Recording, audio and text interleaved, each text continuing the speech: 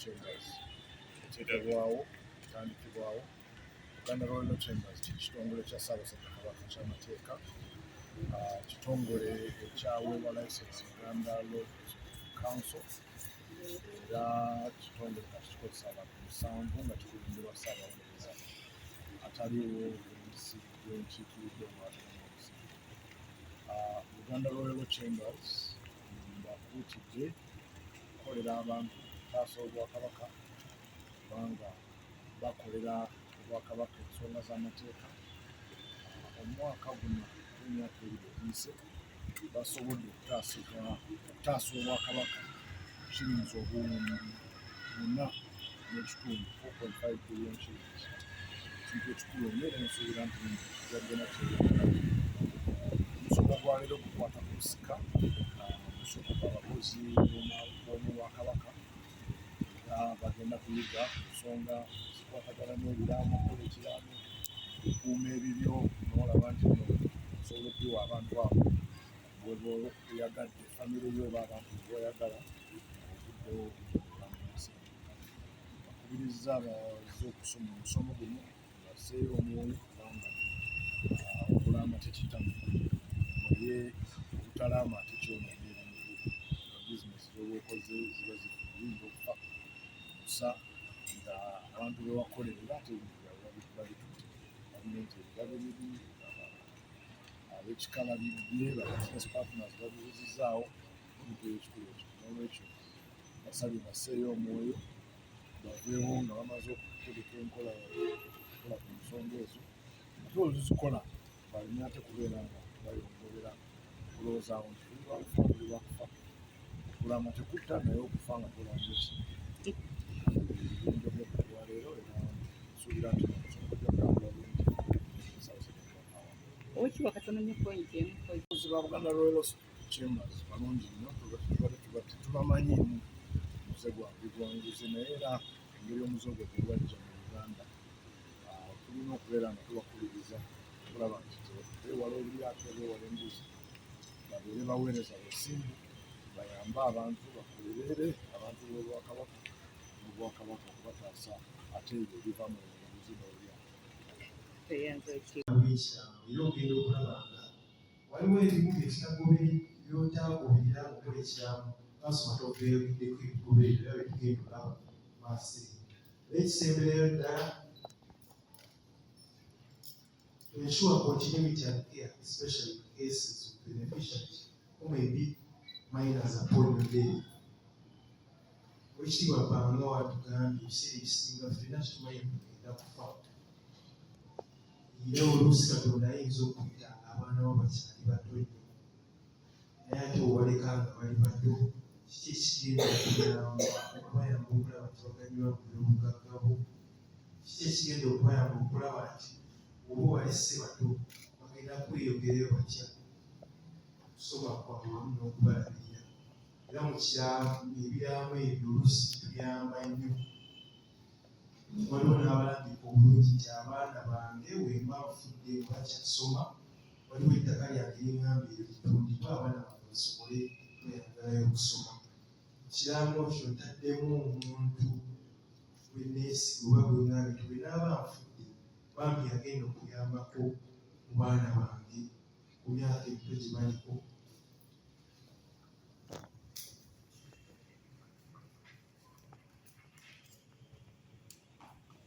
Tetuzzaako kanso Matoogo yabadde akibayitiddemu naye tukiddemu mangu okulaba tukitegeera bulungi. What is required in a valid way. Kiki bye tulina okutunuulira tukola ekiraamo olaba tugira ekiraamo ekikubidde obulungi ekitegeera kubibwamu bituli mu mateeka. Ekisookera ddala kikyo nabadde nkyogeddeko n'okuba nga otegeera bulungi era ng'oweza emyaka 18 legal capacity. Ekyokubiri kyayogeddwako lwakola ekiraamo olina okiteekako omukono era olina okufunayo n'abajulizi. Abajulizi nga babiri nabo ne bakiteekako emikono gyabwe. tufubye nnyo nti kino kiba kikolebwa buli peegi y'ekiraamo emikono kino giteekebweko. Abasinga batera okwebuuza nti lwaki emikono kino kiteekebwa buli peegi. Oyinza osanga omugagga alina ebintu bingi oba nga alina ebintu bingi n'atadde ku kiraamo. Akomekeza ekiraamo peegi ng'abiri. Naye kati ate bw'akola ekiraamo n'ateeka ku peegi esembayo n'abajulizi ne bateeka ku mikono. Abajulizi buli peegi bateeka emikono era nga bajjukira nti ddala ekiraamo kyakolebwa era byonna ebirimu baaliwo ng'abajulizi ekikolebwa omulungu. Kiddako era kye ky'abajulizi tugambye nti babeere abajulizi nga babiri nga nabo bategeera bulungi era nga baweza emyaka egy'obukulu 18 era nga balina okubeerawo ng'okola ekyo ekiraamo wamu n'okuteekako omukono gwo. Ekyakuteeka omukono ku peegi tukyogeddeko, olina n'okuteekako olunaku lw'okoze ekiraamo ekyo. Era ku nsonga eyo y'olunaku waliwo ekintu kye tugenda olaba mu maaso eyo. Ekiraamo bulungi nti ekiraamo ekkololo block number ki. Waliwo abamu abagenda ne mu details ne bagamba ate ettaka lyange erya kkololo ndinayibwawo amatovu ku sayidi eri, ndinayibwawo no ku sayidi eno. So ate omuntu asoma ekiraamo amanye ettaka eryo lyayogerako era linyono tabaniwo. Ekirala kye twanditunuulidde, ekiraamo ekyo tekyandikoleddwa nga waliwo kye twandiyise fraud, bwe bukumpanya fraud oba undue influence. Undue influence mu Luganda nandikinnyonnyodde nti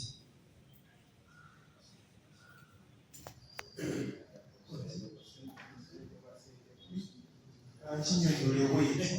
Ennaku zino naddala abasinga wano we batunulamu yasanga tulina abazadde abatakawasi wa myaka 5. Era ndoozi bagenda bagenderera waliwo era we batuuka nga muzungu bayita banyivandale.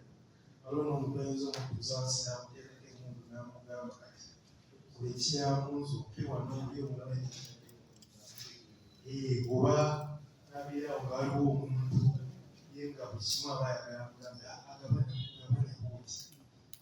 So ekiraamo nga wetugambe kirina okukolebwa omuntu nga tegeera bulungi, takakiddwa, waliwo obukumpanya bukoleddwa okukola ekiraamo ekyo. Era ekisemberayo ddala twandigambye okukola ekiraamo ekyo mu tteeka lyaffe erya Succession Act waliwo akatundu ke tuyita Schedule 4 alambika bulungi format oba template wandigoberedde kuyambako okukola obulungi ekiraamo. Naye wabula kummwe mwenna abali wano obeera weetaaga template esobola okuyambako bw'osobola okutuukira mu Uganda Royal Chambers abafu waliwo era kye twakola egenda kutundibwa ne mu Majesty. Wawulira oba ogyetaaga obusobola okutuukirira nekuyambako obulungi okulaba kigenda kukola atya ekiraamo kino. Naye era mu bufunze nga kasoma togwe abadde abannyonnyodde era nga mwenna we mujja okulaba template ekiraamo nga kikolebwa, nnyonnyola bulungi erinnya lyo, so tugamba ozaalibwawa, bazaddewo, obeerawa, abaana olese bameka, abakyala obadde olinayo abakyala abalala, baani ab'empeta, baani jasi obwiramu mwana, by'obugagga ki byolese, nnyumba, mataka, magaali, peeni, era ne peeni kitwala kyosobola okuteeka kirala. Yes. Kubanga abamu bayinza okugamba kati nze nina emyaka 34 siinayo wadde n'akakiiko k'ettaka kati ekiramu mba nkola kyaki naye n'engatto ezo wakwata ssente n'okola kiba kyakukaga era kyemmanyi oyinza okukitunda n'ogamba naye wemba afudde wala omutabani wange twambala sayizi omu nali mwegombe naye okwambala ku ngatto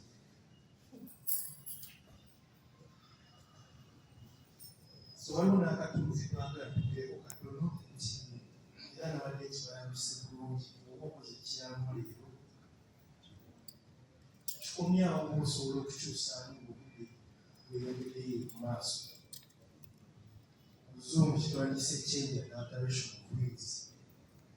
Waliwo ekiwandiiko kye tukola ng'omaze okukola ekiraamo oba okoze ekiraamo leero wayitawo ebbanga okukinyonyola obulungi ku Luganda nti nkoze ekiraamo leero naye wayiseewo ebbanga waliwo ebikyuseemu waliwo omutabani gwange nali mbadde okusika agenza okulowoozamu nga beeyisa yayinza obutasobola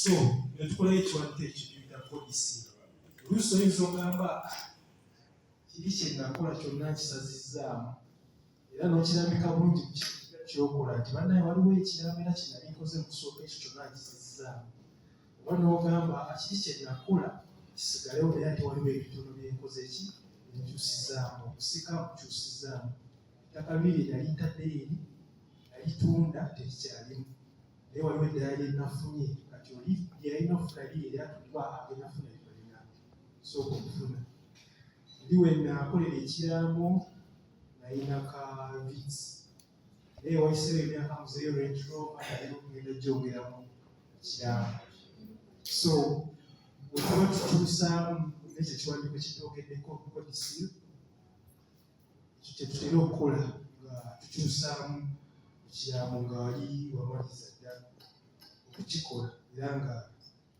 kirambise bulungi nti oba okuzeeyo olina ekyobugagga ekirala kyofunyeeyo olina kyeweekyusizzaamu nti waliwo n'omwana gwali otaddemu luli naye byomaze n'okola DNA nga si mwana wo n'ekyo ekituusaamu mu mbeera eyo